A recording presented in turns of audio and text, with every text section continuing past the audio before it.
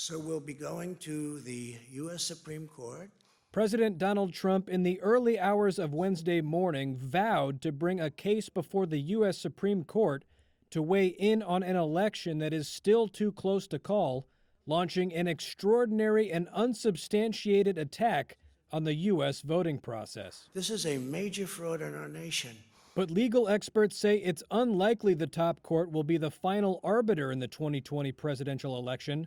Reuters legal correspondent Jan Wolf.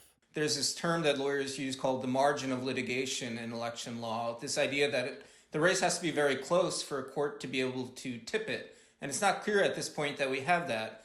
In Bush versus Gore, it all came down to Florida, which was super, super close. Biden might win enough states that there's no way for Trump to litigate his way to victory. We want all voting to stop. For the Supreme Court to become involved in this election, there has to be some sort of serious legal argument for it to entertain. Let's stop vote counting early is not a serious argument. The Trump campaign has gotten the attention of the Supreme Court with an argument that in Pennsylvania, ballots that arrive after November 3rd should not be counted. For now, Pennsylvania is sticking with its plan to count those ballots, but 4 justices signal interest in potentially revisiting that later.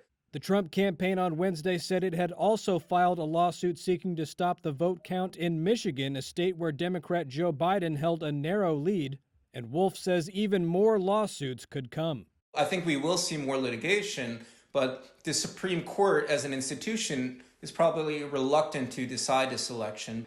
Chief Justice Roberts has shown a tendency to take the court out of political disputes when he can. He knows Bush versus Gore in 2000 hurt the court's legitimacy by making it seem political, with 5 Republican-appointed justices handing a victory to a Republican president.